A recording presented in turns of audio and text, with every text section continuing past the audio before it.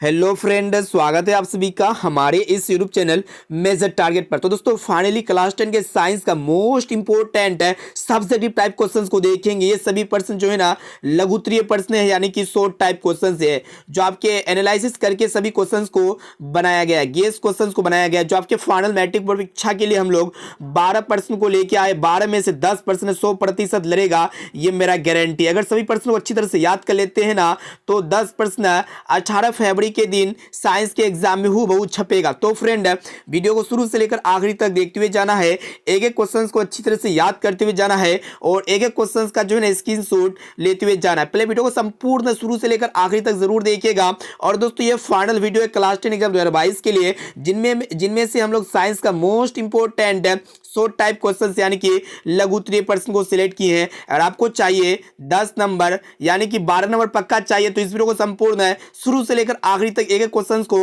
अच्छी तरह से याद करते हुए जाना है। तो फ्रेंड फटाफट से वीडियो को लाइक कर दीजिएगा, चैनल पर नए हैं ना तो प्लीज दोस्तों चैनल को सब्सक्राइब करके बेल आइकन को प्रेस करके ऑल पर जरूर सेलेक्ट कर लीजिएगा, ताकि फ्यूचर में जब भी कोई लाइव क्लास हो ना तो आपको हमेशा नोटिफिकेशन मिलता रहे। तो आइए शुरू करते हैं यहाँ पे आज के पहले नंबर प्रश्न से, जो कि मोस्ट इंपोर्टेंट है। तो दोस्तों प्रश्न ये कराए कि प्रकाश के अपवर्तन के कितने नियम है, यानी कि प्रकाश के अपवर्तन के नियमों को लिखना यहाँ पे काफी महत्वपूर्ण है। तो देखिएगा ये क्वेश्चन बहुत बार पूछा जा चुका है आपके गत वर्ष में, ठीक है, और इस बार भी 100% आएगा। तो यहाँ पे इसका आंसर कुछ इस प्रकार लिखना पड़ेगा कि प्रकाश के अपवर्तन के दो नियम होते हैं। कितने नियम होते हैं? दो नियम। जैसे कि प्रकाश के परावर्तन के दो नियम होते हैं ना, उसी प्रकार प्रकाश के अपवर्तन के भी दो नियम है, लेकिन कुछ डिफरेंट होते हैं यहाँ पे। पहला नियम ये होता है कि आपतित किरण, अपवर्तित किरण तथा आपतन बिंदु पर डाला गया लंब तीनों एक ही तल पर होते हैं। बहुत ही सिंपल पहला नियम है कि आपतित किरण, अपवर्तित किरण तथा आपतन बिंदु पर डाला गया लंब, ये तीनों जो है ना तीनों बिंदु क्या होते हैं? एक ही तल पर होते हैं, एक ही बिंदु पर होते हैं, ठीक है। और दोस्तों दूसरा पॉइंट में ये लिखना है, काफी महत्वपूर्ण है, कि किन्हीं दो माध्यमों में प्रकाश की किसी विशेष वर्ण के लिए आपतन कोण की जया और अपवर्तन कोण की जया का अनुपात, यानी कि जिसको नियतांक कहेंगे, ठीक है, कांस्टेंट होता है, जिसे हम लोग स्नेल का नियम भी कहते हैं। आप लोग जो है ना अपवर्तन के नियम को दूसरा मतलब इस तरह लिख सकते हैं कि किसी खास दो माध्यम के लिए आपतन कोण तथा अपवर्तन कोण का अनुपात स्थिर रहता है, इस तरह लिख सकते हैं दूसरा नियम को। या फिर आप लोग जो है ना अगर इस तरह लिखना चाहते हैं तो लिख सकते हैं यहाँ पे कि किन्हीं दो माध्यमों में प्रकाश की चाल किसी विशेष वर्ण के लिए आपतन कोण की जया और अपवर्तन कोण की जया का अनुपात एक नियतांक यानी कि स्थिर रहता है, कांस्टेंट रहता है, जिसे हम लोग क्या कहते हैं? स्नेल का नियम कहते हैं। या फिर जैसा कि आप लोग यहाँ पे अर्थात के बाद लिखना है कि sine I upon sine R बराबर क्या होता है? म्यू होता है। इसी को हम लोग क्या कहते हैं? स्नेल लॉ कहते हैं, स्नेल नियम कहते हैं, ठीक है। काफी महत्वपूर्ण प्रश्न है। आपतन कोण की जया और अपवर्तन कोण की जया का जो अनुपात होता है ना, ये क्या होता है? स्थिर रहता है। स्थिर को हम लोग किससे दिखाते हैं? म्यू या फिर एन से दिखाते हैं, ठीक है, म्यू या फिर एन से। तो इसका स्क्रीनशॉट ले सकते हैं या फिर इसको कॉपी में नोटबुक में नोट भी कर सकते हैं, या फिर इसका पीडीएफ जो है ना फ्री में आपको हमारे वेबसाइट में मिल जाएंगे। वीडियो को संपूर्ण शुरू से लेकर आखिरी तक देखते हुए जाना है, क्योंकि यहाँ पे जो है ना इस वीडियो से आप लोग को आपके फाइनल मैट्रिक बोर्ड परीक्षा में 18 फरवरी में साइंस के एग्जाम में जो है ना 12 नंबर पक्का मिलने वाला, ये मेरा गारंटी है। क्योंकि ये 12% में से जो ना 10% आपके फाइनल मैट्रिक बोर्ड परीक्षा में 100% लड़ेगा। चलो दोस्तों देखते हैं यहाँ पे दूसरा प्रश्न, जो कि मोस्ट इंपोर्टेंट है। देखिएगा क्वेश्चन से करा कि प्रकाश का वर्ण विक्षेपण क्या, स्पेक्ट्रम कैसे बनता है? मोस्ट इंपोर्टेंट है, गत वर्ष में काफी बार पूछा जा चुका है ये प्रश्न। तो यहाँ पे सबसे पहले आप लोग को बताना है कि प्रकाश का वर्ण विक्षेपण क्या होता है और स्पेक्ट्रम कैसे बनता है। तो देखिएगा जब भी सूर्य की प्रकाश यानी कि जब भी सूर्य की सफेद प्रकाश किसी प्रिज्म से होकर गुजरता है तो वो 7 रंगों में विभक्त हो जाता है, यानी कि बढ़ जाता है। तो इस घटना को प्रकाश का वर्ण विक्षेपण कहते हैं। अगर इन रंगों को किसी पर्दे पर उतारा जाए तो उसे वर्णपट या फिर स्पेक्ट्रम कहते हैं। चलिए इसको एक बार फिर से हम लोग समझा देते हैं। जब भी श्वेत प्रकाश को, जब भी व्हाइट लाइट को, श्वेत प्रकाश को प्रिज्म से गुजारते हैं तो पर्दे पर 7 रंग की पट्टी प्राप्त होती है, ठीक है, जिसमें क्या होता है? वायलेट होता है, इंडिगो होता है, ब्लू होता है, ग्रीन होता है, ठीक है। उसके बाद क्या होता है? ऑरेंज होता है, रेड होता है, येलो होता है, ये सब कलर होते हैं, ठीक है, जिसको हम लोग विबग्योर कहते हैं। तो इसी घटना को हम लोग क्या कहते हैं? प्रकाश का वर्ण विक्षेपण कहते हैं। अगर इन रंगों को किसी पर्दे पर उतारा जाए तो इसी को हम लोग क्या कहेंगे? स्पेक्ट्रम कहेंगे, ठीक है, स्पेक्ट्रम या फिर वर्णपट। तो ये भी प्रश्न जो है ना आप लोग समझ गए होंगे। और दोस्तों आप लोग को बता देते हैं, जब श्वेत प्रकाश को पर्दे पर उतारा जाता है तो पर्दे पर 7 रंग प्राप्त होता है, ठीक है, और 7 रंग में से जो वायलेट होता है, जो बैंगनी कलर होता है ना, इसका विचलन, इसका झुकाव क्या होता है, सबसे ज्यादा होता है। और लाल रंग का क्या होता है, झुकाव सबसे कम होता है, यानी कि लाल रंग का विचलन क्या होता है, सबसे कम होता है। ठीक है, विचलन जिसको हम लोग क्या कहते हैं, झुकाव कहते हैं। तो इसको अच्छी तरह से आप समझ गए होंगे। चलिए फटाफट से वीडियो को लाइक कर दीजिएगा। चैनल पर नए हैं ना तो प्लीज दोस्तों चैनल को सब्सक्राइब करके बेल आइकन को प्रेस करके ऑल पर जरूर सेलेक्ट कर लीजिएगा, क्योंकि इस वीडियो से आप लोग को जो है ना 12 नंबर पक्का मिलने वाला है, मेरा गारंटी है। इसलिए एक एक क्वेश्चंस को जो है ना अच्छी तरह से याद करते हुए जाना है, और बहुत ही सिंपल वे में जो है ना हम यहाँ पे आप लोग के लिए आंसर को पेश कर रहे हैं। तो चलिए देखते हैं यहाँ पे तीसरा प्रश्न क्या करा कि संक्षारण रोकने के उपायों के लिखे, यानी कि संक्षारण रोकने का जो उपाय है उसको बताना है। बहुत ही सिंपल प्रश्न है। तो देखिएगा इसका आंसर कुछ इस प्रकार लिखना पड़ेगा कि संक्षारण रोकने का प्रमुख उपाय निम्नलिखित है। तो सबसे पहला पॉइंट ये लिखना पड़ेगा कि धातु के सतह पर हम लोग क्या करते हैं, पेंट लगाएंगे। अगर धातु के सतह पर पेंट लगाएंगे ना तो क्या होगा कि ऑक्सीजन के संपर्क में नहीं आ पाएगा। ठीक है, उस तक ऑक्सीजन नहीं पहुंच पाएगा और ना ही उसमें नमी पहुंच पाएगा। जब नमी और ऑक्सीजन नहीं पहुंच पाएगा ना तो क्या होगा, वो संक्षारित नहीं होगा वो मेटल। ठीक है, और दोस्तों दूसरा पॉइंट ये लिखना पड़ेगा कि धातुओं की सतह पर ग्रीस या फिर वार्निश की परत चढ़ाकर, या फिर हम लोग क्या करेंगे कि जो धातु का जो सतह होगा ना उसमें क्या करेंगे, ग्रीस लगा देंगे। ठीक है, या फिर वार्निश का पेंट चढ़ा देंगे। तो क्या होगा कि उसमें ऑक्सीजन नहीं पहुंच पाएगा। ठीक है, अब चलिए देखते हैं यहाँ पे तीसरा पॉइंट को ये लिखना है कि धातुओं की सतह पर एल्यूमिनियम या जस्ता की परत चढ़ाकर, जिसको हम लोग क्या कहते हैं, जस्तीकरण कहते हैं। ठीक है, या फिर एसिड लेपन कहते हैं, या फिर गैल्वेनाइजेशन कहते हैं। तो धातु की सतह पर हम लोग जस्ता या एल्युमिनियम का भी परत चढ़ाएंगे तो क्या होगा कि वो संक्षारित नहीं होगा। ठीक है, अब चलिए यहाँ पे चौथा पॉइंट में ये लिखना है कि धातुओं को मिश्र धातु में परिवर्तित कर देनी चाहिए, यानी कि धातु में क्या करेंगे कि जिंक मिला देंगे, तांबा मिला देंगे। अगर ये सब मिलाएंगे तो क्या हो जाएगा, वो स्टेनलेस स्टील हो जाएगा। ठीक है, यानी कि उसमें क्या होगा कि वो संक्षारित रोधी हो जाएगा, उसमें क्या होगा कि जंग नहीं लगेगा। ठीक है, तो इस तरह आप लोग 4 पॉइंट लिखिए, आपके फाइनल मैट्रिक परीक्षा में आपसे एक भी प्रश्न, एक भी नंबर नहीं कटेगा, मेरा गारंटी है। चलिए देखते हैं यहाँ पे चौथा प्रश्न है जो कि काफी महत्वपूर्ण है। तो दोस्तों देखिएगा चौथा प्रश्न क्या करा है कि रेलवे सिग्नल में लाल रंग का प्रयोग क्यों किया जाता है, मोस्ट इंपोर्टेंट है। तो यहाँ पे रेलवे सिग्नल में लाल रंग का प्रयोग क्यों किया जाता है, या फिर खतरे के सिग्नल में जो है ना लाल रंग का प्रयोग क्यों किया जाता है। तो दोनों प्रश्न का आंसर कुछ इस प्रकार लिखना पड़ेगा। तो देखिए यहाँ पे उत्तर में लिखना पड़ेगा कि रेलवे सिग्नल में लाल रंग का प्रयोग इसलिए किया जाता है कि लाल रंग का तरंगदैर्ध्य क्या होता है, मतलब सबसे ज्यादा होता है, दूसरे रंग की तुलना में क्या होता है, सबसे अधिक होता है। ठीक है, जिसको हम लोग यहाँ पे तरंगदैर्ध्य कहेंगे। तरंगदैर्ध्य क्या होता है कि सबसे ज्यादा होता है लाल रंग का तरंगदैर्ध्य अन्य रंगों की तुलना में, जिसके कारण लाल रंग का विचलन सबसे कम होता है। इसीलिए घना कोहरा या फिर धुंध में भी रेलवे सिग्नल दूर से ही साफ दिखाई देता है। काफी महत्वपूर्ण ये भी प्रश्न था आपके फाइनल मैट्रिक बोर्ड परीक्षा के लिए। तो बहुत ही सिंपल प्रश्न है, बहुत ही सिंपल कॉन्सेप्ट है। तो रेलवे सिग्नल में लाल रंग का प्रयोग क्यों किया जाता है, क्योंकि लाल रंग का जो तरंगदैर्ध्य होता है ना सबसे ज्यादा होता है। ठीक है, और दोस्तों लाल रंग का विचलन क्या होता है, सबसे कम होता है। यही दोनों कारणों से क्या होता है कि लाल रंग जो है ना बिना छितराए अधिकतम दूरी तय करता है अन्य रंगों की तुलना में। ठीक है, इसलिए हम लोग क्या करते हैं कि लाल रंग का प्रयोग जो है हम लोग करते हैं ना खतरे के सिग्नल में या फिर रेलवे सिग्नल में जो है ना लाल रंग का प्रयोग करते हैं। और ये जो है ना क्लियरली दिखता है, दूर दूर तक जो है ना ये क्लियरली दिखता है। ठीक है, ये प्रश्न बहुत ही महत्वपूर्ण है आपके फाइनल मैट्रिक बोर्ड परीक्षा के लिए। चलिए देखते हैं यहाँ पे नेक्स्ट प्रश्न है, ये भी जो है ना रामबन प्रश्न है, लोलंट क्वेश्चन है। ठीक है, देखिए क्वेश्चन से करा है कि विद्युत विभव क्या है, इसका एसआई मात्रक क्या है, लिखिए बहुत ही महत्वपूर्ण है। तो यहाँ पे इलेक्ट्रिक पोटेंशियल क्या होता है, बहुत ही महत्वपूर्ण है, इसका एसआई यूनिट भी लिखना है। तो सबसे पहले इसका आंसर कुछ इस प्रकार लिखना पड़ेगा कि विद्युत विभव विद्युत क्षेत्र के अंदर एकांक धन आवेश को अनंत से एक बिंदु तक ले जाने में किए गए कार्य को विद्युत विभव कहते हैं। बहुत ही सिंपल प्रश्न है। और विद्युत विभव को हम लोग किससे दिखाते हैं, भी से दर्शाया जाता है, यानी कि विद्युत विभव को जो है ना भी मतलब वोल्टेज होता है। ठीक है, भी से इसको सूचित करते हैं विद्युत विभव को, इलेक्ट्रिक पोटेंशियल को। तो बहुत ही सिंपल प्रश्न था। तो इसका आंसर कुछ इस प्रकार लिख लीजिएगा और इसका स्क्रीनशॉट भी लेते हुए जाइएगा। और यहाँ पे देखिएगा इसके नीचे ये भी लिखना पड़ेगा कि V बराबर क्या होता है, W/Q होता है। V मतलब होता है विद्युत विभव और W मतलब क्या होता है, कार्य होता है। और दोस्तों Q मतलब क्या होता है, आवेश होता है। तो इसको इस तरह लिखिए।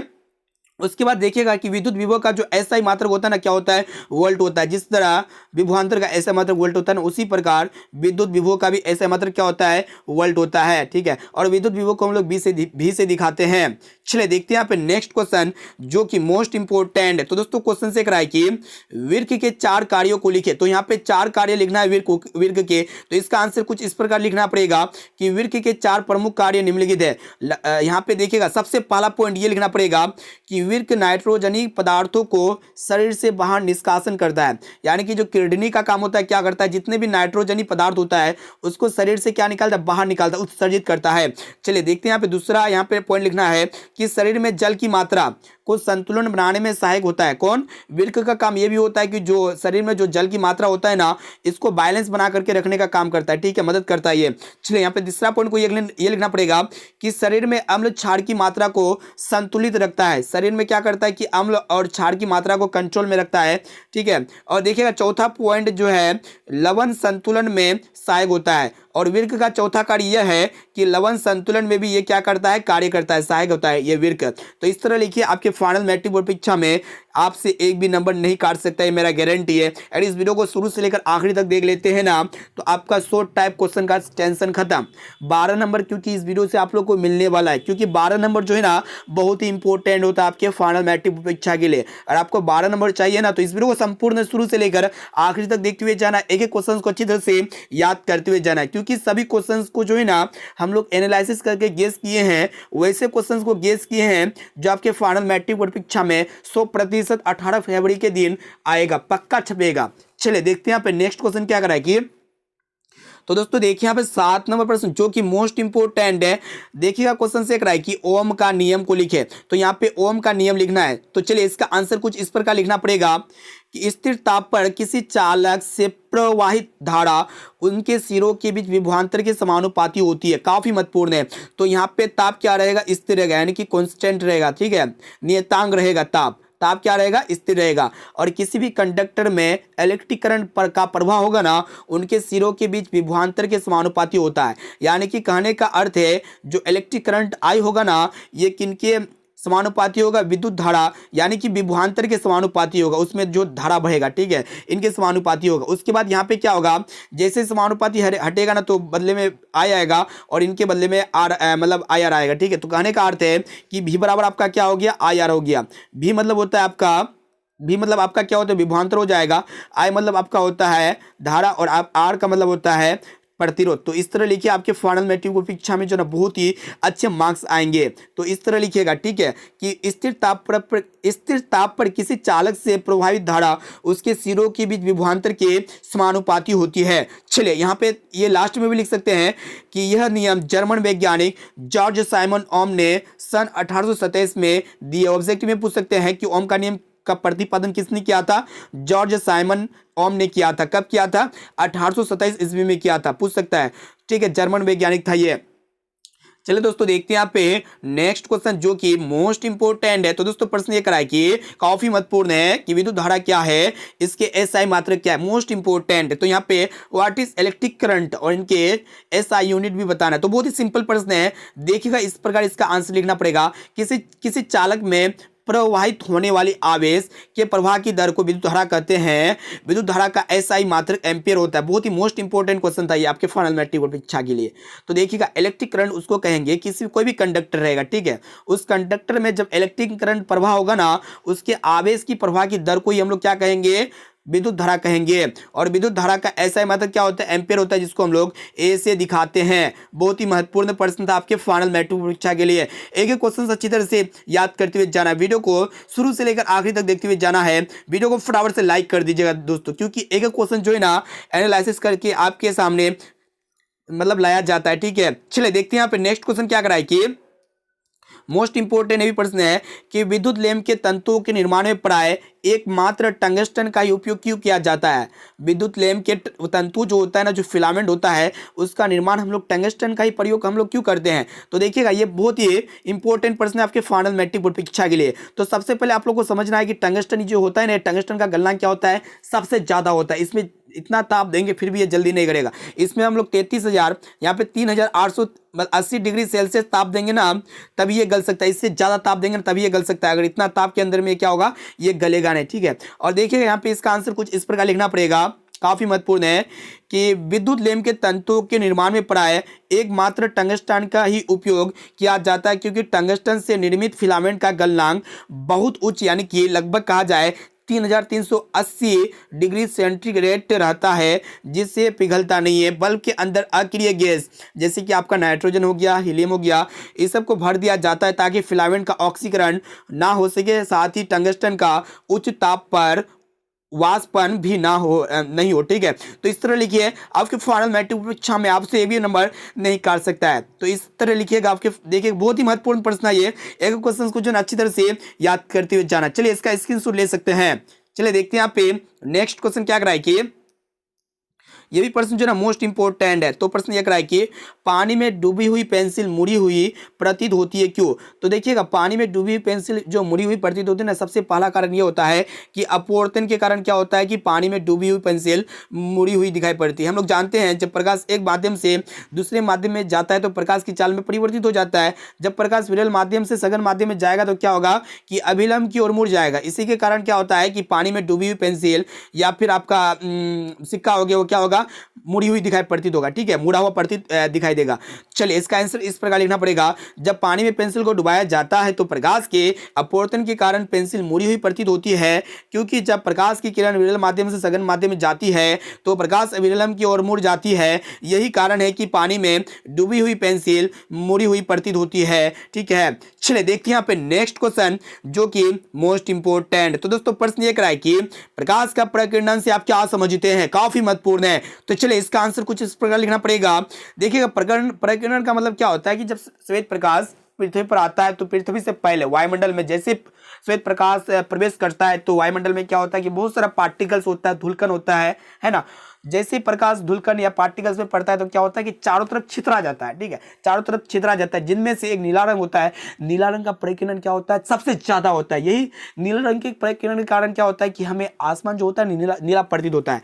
तो चलिए इस प्रकार इसका आंसर लिखना पड़ेगा कि जब किसी माध्यम से गुजरता है, यानी कि जब भी किसी माध्यम से श्वेत प्रकाश गुजरता है तो उसमें मौजूद धूलकण तथा अन्य पदार्थों से टकराकर प्रकाश सभी दिशाओं में फैल जाती है, तो इस घटना को प्रकाश का प्रकीर्णन कहते हैं। सूर्य के प्रकाश के प्रकीर्णन के कारण ही आकाश का रंग नीला दिखाई देता है, क्योंकि नीला रंग का प्रकीर्णन सबसे अधिक होता है, लाल रंग का प्रकीर्णन सबसे कम होता है। तो ये पॉइंट आपके फाइनल मैट्रिक परीक्षा में पूछ सकता है कि किस रंग का प्रकीर्णन सबसे ज्यादा होता है। तो नीला रंग का प्रकीर्णन सबसे ज्यादा होता है, और किस रंग का प्रकीर्णन सबसे कम होता है, तो लाल रंग का प्रकीर्णन सबसे कम होता है। तो सबसे मेन पॉइंट आपका यह है कि जब भी श्वेत प्रकाश किसी मीडियम से गुजरता है तो उसमें जितने भी मौजूद पार्टिकल्स होते हैं, धूलकण होते हैं ना, या अन्य पदार्थों से टकराने के बाद क्या होता है कि चारों तरफ छितरा जाता है। इसी घटना को हम लोग क्या कहेंगे, प्रकाश का प्रकीर्णन कहेंगे। ये प्रोसेस जब होता है, ये घटना जब होता है ना,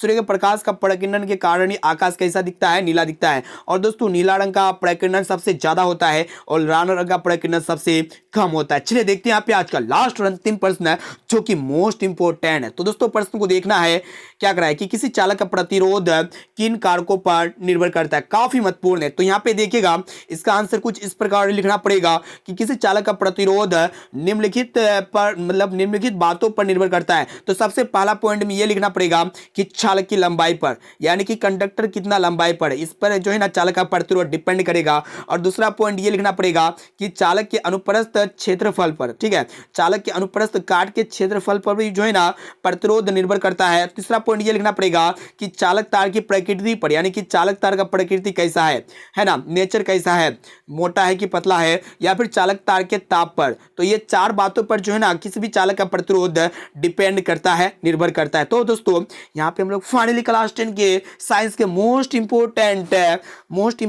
short type subjective type questions को देख चुके हैं, जो आपके फाइनल मैट्रिक बोर्ड परीक्षा में 100% 12% में से 10% 100% गारंटी है लड़ेगा। इस वीडियो को अपने दोस्तों में ज़्यादा से ज़्यादा शेयर कीजिए ताकि सभी स्टूडेंट जो है ना ये 10 नंबर का फायदा ले सके, उसका भी हेल्प हो सके। तो दोस्तों वीडियो को लाइक नहीं किया ना तो प्लीज़ दोस्तों फटाफट से वीडियो को लाइक कर दीजिएगा। इसी तरह जो है ना हम लोग सामाजिक विज्ञान का लाएंगे, संस्कृत का लाएंगे गेस क्वेश्चन है ना, हिंदी का लाएंगे, बहुत सारे सब्जेक्ट का जो है ना लाएंगे गेस क्वेश्चन, और इनके साथ साथ जो है ना बहुत ही मजेदार प्रश्न लाएंगे। वैसे प्रश्न को लेके आएंगे, सब्जेक्टिव टाइप तो लेके ही आएंगे, और इनके साथ साथ हम लोग ऑब्जेक्टिव टाइप जो वैसे प्रश्न को लेके आए जो आपके फाइनल मैट्रिक बोर्ड परीक्षा में आएगा ही, तो बहुत जल्दी हम लेके आएंगे। तो फटाफट से इस वीडियो को लाइक कर दीजिए। इस वीडियो का लाइक एम रखते 1000, तो उम्मीद है कि 1000 प्लस लाइक जो है ना पूरा कर देंगे। ठीक है, तो फटाफट से जो है ना सभी स्टूडेंट में इस वीडियो को शेयर कीजिए, जितना भी आपका व्हाट्सएप ग्रुप है, टेलीग्राम ग्रुप है, जितने भी आपका दोस्त यार बहन भाई है, सभी दोस्तों में इस वीडियो को शेयर कीजिए ताकि